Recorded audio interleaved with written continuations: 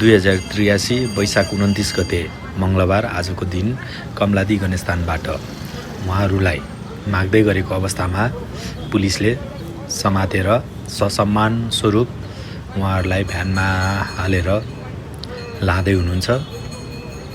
सायद अब उहाँहरूलाई मागेर हैन गरेर खाने वातावरण बनाइदिनुहुन्छ होला।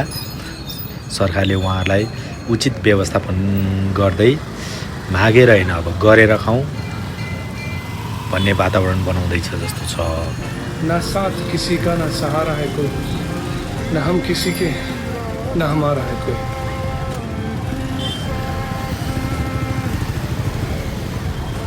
उहाँहरूलाई अब यसरी भ्यानमा हालेर लाँदै हुनुहुन्छ। कहाँ लाँदै हुनुहुन्छ त्यो त मलाई थाहा भएन, तर अब उहाँहरूलाई उचित व्यवस्थापन गर्ने हिसाबले लाँदै हुनुहुन्छ जस्तो छ। अब मागेर हैन गरेर खाउँ, आफ्नो पौरखले खाने वातावरण बनाउँदै हुनुहुन्छ। बालेन सरकार की जय, जय बालेन सरकार।